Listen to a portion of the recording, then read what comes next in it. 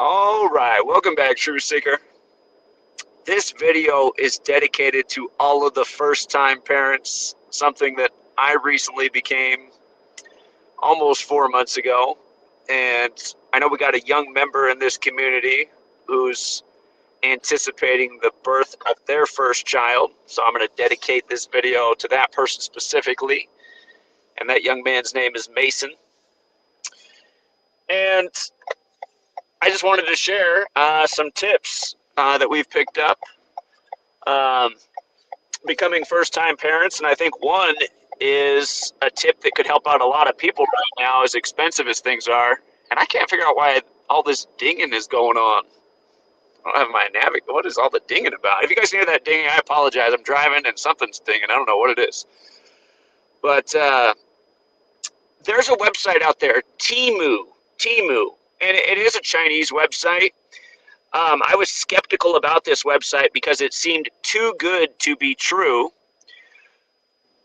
The prices on this website are incredible. And of course, most American goods do come from China. The reason prices are so good on this website is because they claim there's no middleman. You're going directly from the manufacturer to you. And again, baby clothes. This is the place to buy your baby's clothes from because, as you know, these children grow fast. Their clothes don't last that long. The stuff that comes from this website is high quality, and that's not an overstatement. It is nice stuff, and the prices will blow you away. I mean, you can get a very nice outfit for $2 or $3. That might sound impossible, and that's why I thought it was impossible. I was like, well, let's do an order and see what the stuff looks like. I had a feeling like you'd wash it, or before you even washed it, the stuff would be disintegrating into dust. No, it is nice stuff. It almost seems impossible that they can sell stuff for such a low price in this climate. But again, in this climate where money is a hard thing to come by and things are incredibly expensive, Temu. Research this website, try it out for yourself, and you'll see that I'm not lying. It is a true blessing. And again, I don't feel bad about buying Chinese goods because pretty much everything in America is made in China. Again, you're gonna be blown away by how high the quality is and how small the price is. And they do sell other things on there that you can buy like at Amazon, and it is a fraction of the price. So I'm not saying buy everything on there, but baby clothes, Temu, it's beyond amazing. You're gonna feel like you're living in the 1980s. Based on what these baby clothes cost. I think, you know, like when I was born in 83, we might be getting a better deal on baby clothes now than my mom got for me back in 83. So, yeah, again, I think that's a tip that every single parent can benefit from, whether they're a first-time parent or not. We didn't know about that website when we first had our child, but we found out about it about 2 months or so ago, and we've been very happy. You know, before we were shopping at JCPenney, where of course you get like a good deal as well, but Temu, again, you're gonna be satisfied. So that is the first tip, because I think that's one that can really help out every first-time parent. Babies need clothes, things are expensive, and like I said, literally nice clothes for a few dollars. And you can get really nice items, and I mean like really nice, like high quality, nice stitching, and they're like $8. If you want to get like some really cute outfit for your child, like my wife's been doing when she has my wife right now likes to do a little photo shoot with the baby at every month, keeping a scrapbook of here's the baby at 1 month, at 2 months, at 3 months, at 4 months. And speaking of creating memories, I'd recommend, we all got these nice well, most of us have these nice cameras on our phones. I'd recommend taking video footage, at least once a week. It is nice to have the memories, and they do grow up fast, and you almost don't notice the changes in your baby because you're with the baby each day as they make these incremental changes. But I've been capturing videos of our baby since the moment she was born, and I have quite the video of what it looked like in the hospital that day. I might share that one with you guys someday, but Sadly, we had to go through a C-section, and that's kind of a horrific scene if you've never seen one. I even got what the C-section looks like captured on video, but that might just stay as a personal home video. But yeah, I would recommend capturing video because it really is fun to go back and look at the video and see how they've progressed and how they've changed in such a short period of time. Again, our child was born November 16th. I'm making this video here on March 1st. By the way, shout out to Big Al, big friend of the community today. Today is his birthday. But yeah, like I said, she'll be 4 months, and I mean, just you look at the photos and the videos from the day she was born to now, it just seems like it's amazing how far and how fast they come. So yeah, the clothes, Temu. Again, I think that's something whatever we can benefit from. Just you're gonna, and my wife is taking pictures. 2 month and 3 month. Pretty soon it'll be the 4 month. And again, a website like Temu, you can get some nice little props to make the photo shoot more fun. If you go to my, if you're watching this channel and you go to the community tab or the post tab, not videos, but where you can just do the picture posts, you can just scroll through the last few months for an example of what my wife has been doing. But it is fun to just create the memories. And again, that's one of the nice things about the age we live in, these very high definition cameras right in our pocket where you can get high quality photos. You don't need to do some expensive photo shoot. We've been buying about $20 worth of, little props and trinkets to add a little theme to the photo shoot. Again, you went and got photos done at your own studio or at a studio, it would be costing you a lot more. So, yeah, that's a tip. For any parents out there who do have a C-section, if you have a C-section,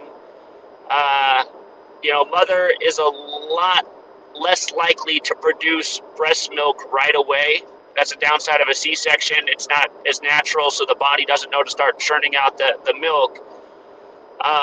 If you do run into that situation, it took my wife probably about 3 weeks after birth to get fully up to speed on producing breast milk. So what we did in that time is we had friends around us who had babies, so we supplemented with other mothers' breast milk. And in terms of formula, if you need to do formula, it's always better to do breast milk, but if you need to do formula, I'd encourage you to look into the European brands of formula. A little bit higher in quality ingredients. The way they put iron in American breast milk is by shaving iron bars into the formula, which, I mean, just think about that, shaving iron. They don't do it that way in Europe. So, and you can look, there's other alternatives that if your wife cannot produce, or you're the mother and you can't produce breast milk right away, there are other alternatives out there you can look into, but I would encourage you all to stay away from the American formula brands just because of the way some of the ingredients are derived. Again, Europe's always had higher standards for their food than we do have in the U.S., and I think it goes to show because, I mean, you look at America, not a very healthy populace, a lot of disease and illness at much higher rates than you see in, say, Europe. Similac, very common brand in America, but again, Similac also does the iron bar shaving thing. So, if you gotta supplement with formula in the early days, the European brands are going to cost you a little bit more. But again, you are investing in your baby's health, and I think that's totally worth it. If money's tight, hey, save the money by shopping at Temu, and the money you save there, put it towards a little bit higher quality formula. It's not a good idea ever, whether it's your baby or you, to really, not invest in quality food. Health is wealth. By eating better, you're preventing preventable disease and illness. And sadly, we live in a day and age where younger and younger people are suffering from more and more disease and illness. And of course, big industry controls our news media, our medical world, and they want to tell you that Well, they want to keep us in ignorance so that we continue to buy bad products that pad their profit lines and put us in the doctor's office, which is also another thing because they're making a bundle of money, of course, in the medical world and the insurance world also. But yeah, if you don't have, or actually one other thing, if you do get a C-section and you're having trouble producing breast milk, um, brewer's yeast, inexpensive. Uh, you drink brewer's yeast, you put it in your food, you put it in your beverage. It does kickstart the body and help produce more milk. Almost as soon as my wife started using brewer's yeast, she saw an immediate upsurge in her milk production, but it still took her about 3 weeks to get to where she needed to be to keep up with the child.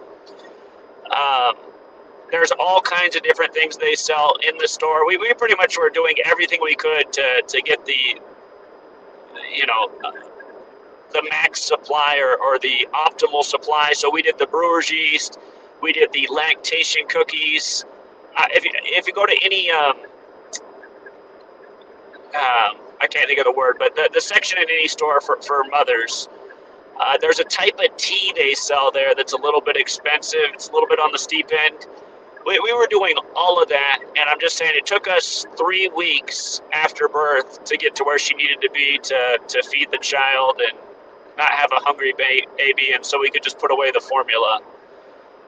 Because again, like I said, we were using our friend's breast milk, the little bit my wife could produce, and a little bit of formula here and there. And I wish we didn't have to use any formula, but again, you can't have a hungry child either. And by the way, when the baby's first born, I'm losing the word right now. It almost seems like this little tiny clear invisible thing that comes out of the woman's breast. It is there even if you cannot produce breast milk, just like my wife cannot think of the word right now, but just letting your child feed on your nipples, even if it seems like you're underproducing, that they're still pulling. I'm missing the word right now, but again, even if it seems like the milk's not coming, let your child breastfeed. It sets in the natural order. It helps you produce more milk as well. That's another way to get the production happening. Just even letting them feed and essentially use your nipple like a pacifier. Another thing that came up, were those parents who definitely question the medical industry.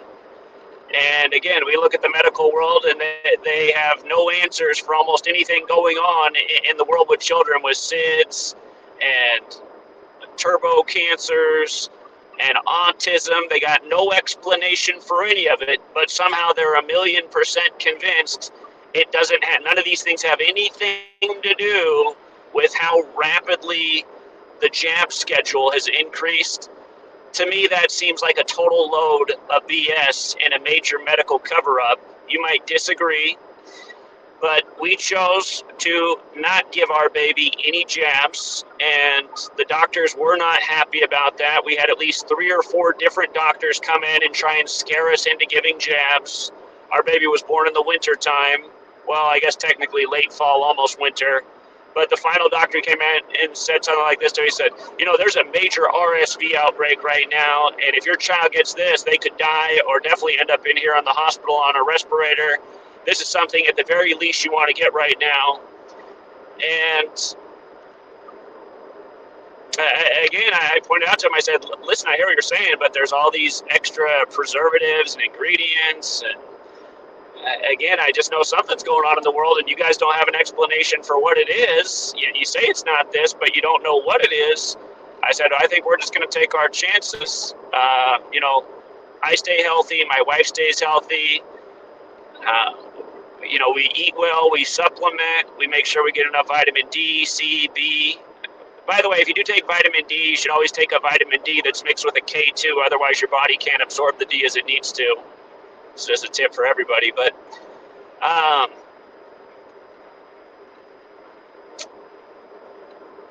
it is true that RSV is going around. My mom and my sister just got it, but we've been able to stay healthy. Our baby's been very healthy, and again, she's a beautiful, healthy, growing girl. Very responsive, very attentive, very smiley and happy. Everything in this world's a roll of the dice, but I am happy that we did not give any jabs. And yes, they did make us sign a bunch of medical forms that we declined the medical advice. And again, we did have to go through about 3 or 4 doctors who tried to come in and steamroll us. And the last doctor was the worst. I guess he was like the closer in a baseball game, but he's kind of trying to make us feel like we weren't doing the right thing. And I feel like we did do the right thing.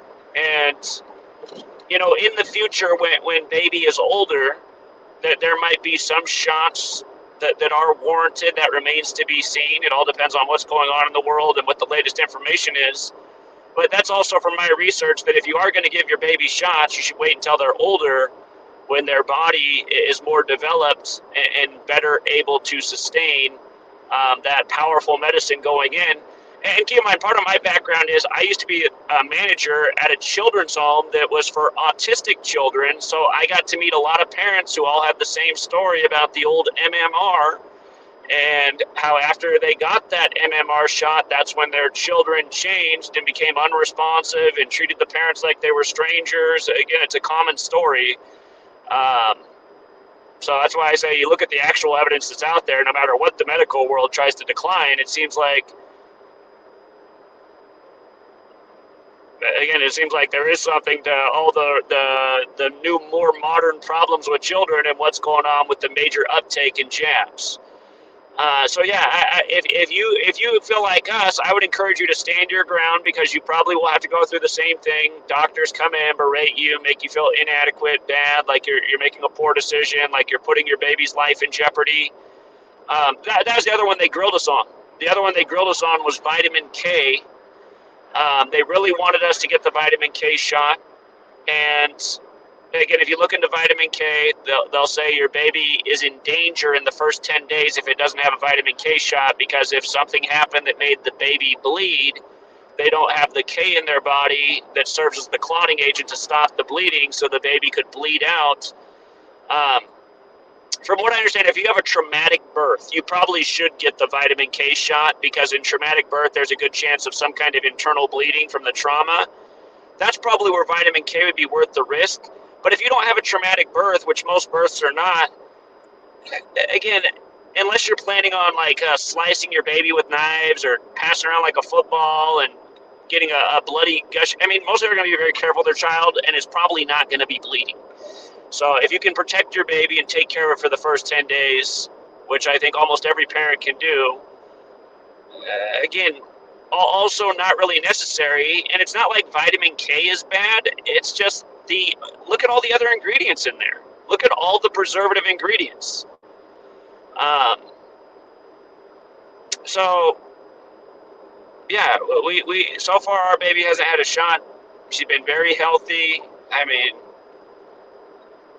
We got through flu. Well, I guess technically flu season's still going on, but again, we're very careful. When we go outside, we come in, we wash up, we make sure our immune system stays boosted. We eat well, we take vitamins. So as parents, especially if your baby's born in the sick time of year, make sure you're taking very good care of your health. You're doing all that you can to make sure that you're not passing on anything to your child. You're washing your hands, and keeping the immune system tip top, getting as much sleep as possible. And that, again, if that's the thing you're worried about, becoming a parent and not getting enough sleep, that is a legitimate concern. Our child, she likes to sleep through the day and stay up all night. If she doesn't have human contact, it's very hard for her to stay asleep. So that has been a challenge for us. And what the doctors told us is that we could have nipped this in the butt by just being more strict with her, getting her to stay in the crib, allowing her to cry herself to sleep. The doctor has advised that that's what we do.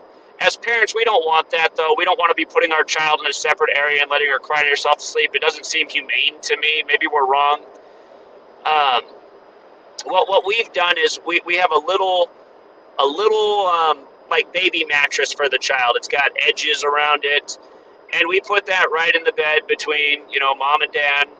And it's usually me who keeps an arm around the baby. When she has human contact, she'll sleep for longer periods of time. You might be worried about smothering your child in the night. Again, that's why if you do this, I would get a little baby mattress that has ridges around the edge, so there's some kind of barrier so you don't actually roll over and do just that. Smothering children is something that happens, and it's gone on all throughout history. But we haven't had any scares. Again, you get the mattress with the ridges, little baby mattress, sets up a nice little border. And yeah, so I'm not the expert there on getting your baby to sleep on a nice schedule. I've heard that once they reach 4 months, nighttime sleeping can become a lot easier, but that has been the biggest struggle for us, just the lack of sleep. Because again, our little girl, she's a party animal. She wants to be up all night.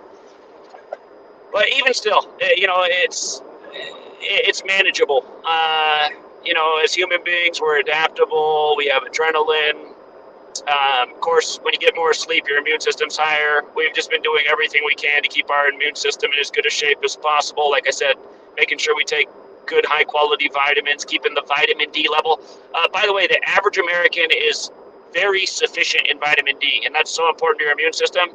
I would encourage everybody, start taking a good vitamin D supplement that has K2 in it, vitamin K2, because vitamin K2 helps your body absorb vitamin D so that it actually works. You might be putting in some cheaper vitamin D that has no K2 and it's just going right in and right out of your body. It's not really doing anything.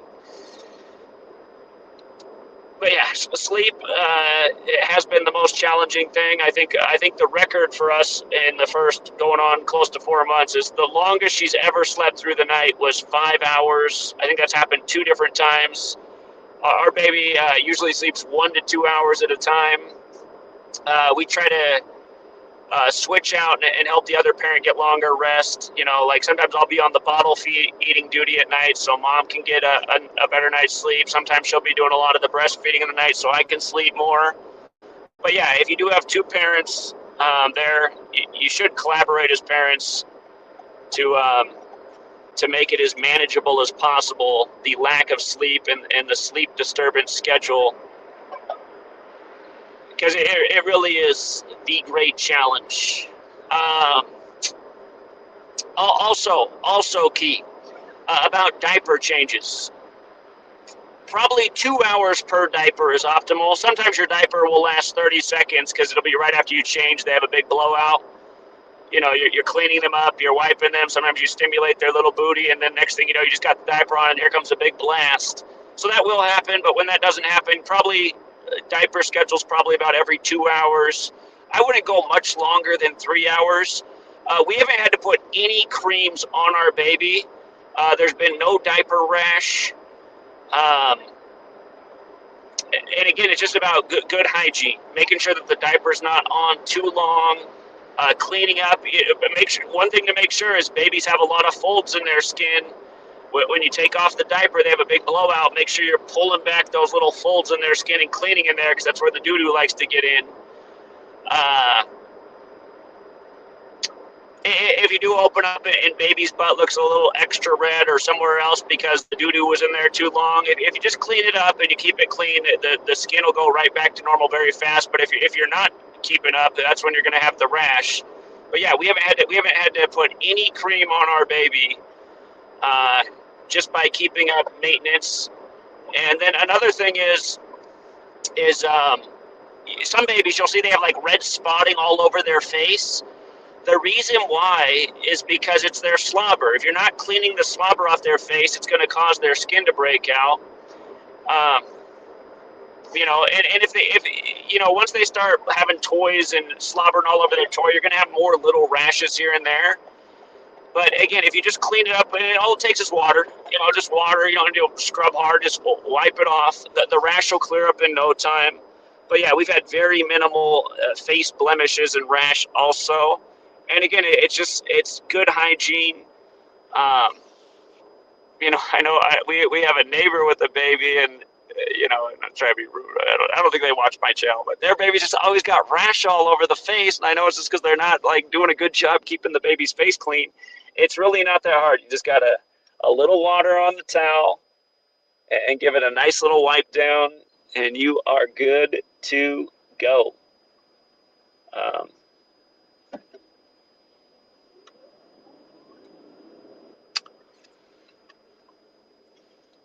are these traffic circles things all the rage where you live too? I just noticed they're taking out so many things and just putting in traffic circles everywhere. All right, but yeah, good hygiene is very important, and if you do, you can save money on all those baby cream products, baby rash products. We haven't had to do any of that. That said, we do get a Burt's Beeswax baby lotion thing. Living in I live in Washington State. It's cold here. Running the heater a lot in the house dries out everybody's skin, including the babies. That's the only ointment we've been putting on our child is Burt's Beeswax baby cream, and that stuff has been great.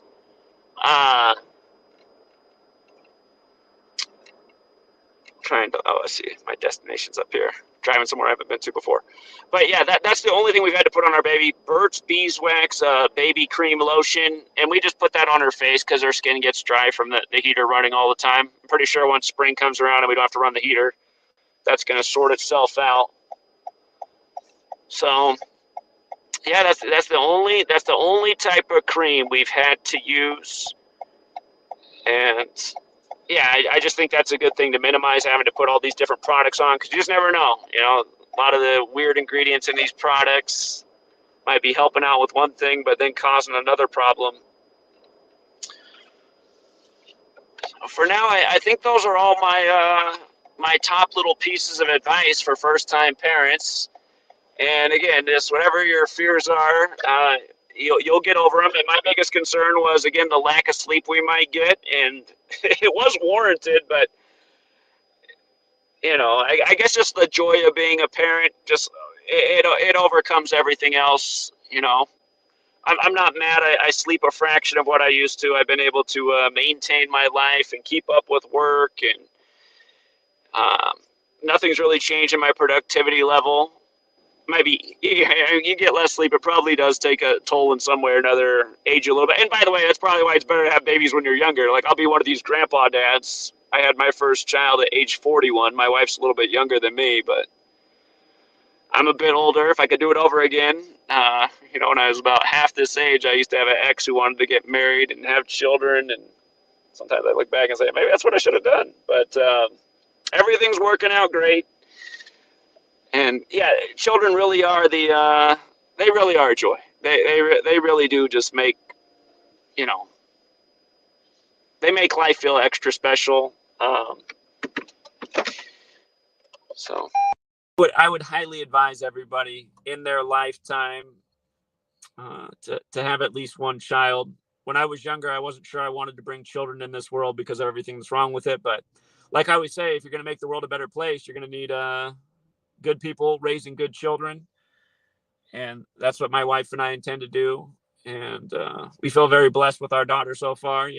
I mean, just seeing your baby smile at you is just it's the greatest feeling. And we got a smiley little girl, and you know what, just the other day she laughed for the first time. It's fun.